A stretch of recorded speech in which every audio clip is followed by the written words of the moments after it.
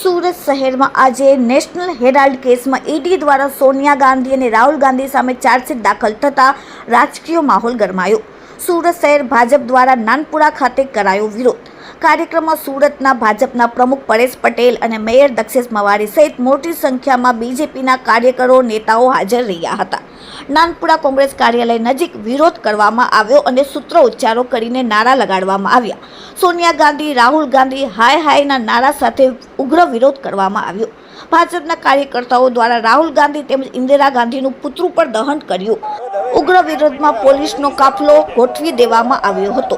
Bureau report daily India TV Surat. National Herald કરીને company શરૂ કરવામાં આવી જેના 5000 જેટલા શેર હોલ્ડર્સ હતા।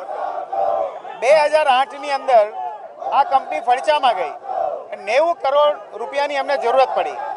એ સમયે કોંગ્રેસ પાર્ટી સત્તામાં હતી। કોંગ્રેસ પાર્ટીએ 90 કરોડ રૂપિયા આ નેશનલ હેરાલ્ડને આપ્યા। હવે એક રાજકીય પક્ષ કોઈ કંપનીને 90 કરોડ રૂપિયા ઉછીને આપે, આ વાત પહેલા જ દિવસથી સમજમાં નથી આવતી। આ 2008ની વાત છે। કર્મચારીઓ માટે પગાર 67 કરોડ રૂપિયા અને બાકીનો જે ખર્ચો હતો એમનો એ એમના ભાડા અને મકાન અને ટેક્સી માટેનો હતો।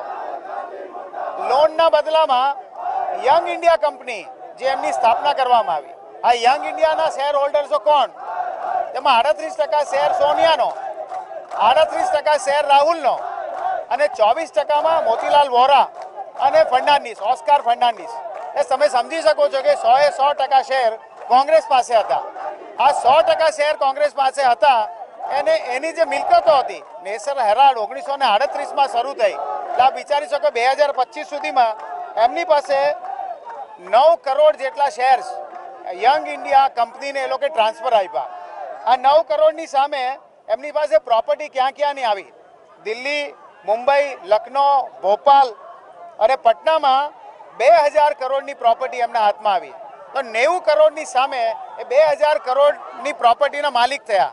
અને આ જ ગોટાળા સામે આજે દેશભરમાં પ્રશ્નો ઉઠી રહ્યા છે કે ભાઈ એક પાર્ટી છે, ધારો કે આ જ કંપનીએ કોઈ કંપનીએ આવું કંઈક કર્યું હતે તો સેબી કે એનએસસી કે બીએસસી એના શેર હોલ્ડિંગ માટે, એના શેર હોલ્ડરો માટે શું કરતે? એ જ પ્રક્રિયા જ્યારે કોર્ટમાં ચાલી રહી હોય તો કોંગ્રેસના દિગ્ગજ નેતાઓ શા માટે પોતાનું મોં છુપાવે છે? શા માટે હાજર થવામાં તકલીફો કરે છે? શા માટે રસ્તા શોધે છે? આ જ કારણસર આજે આ વિરોધ દર્શાવવામાં આવી રહ્યો છે।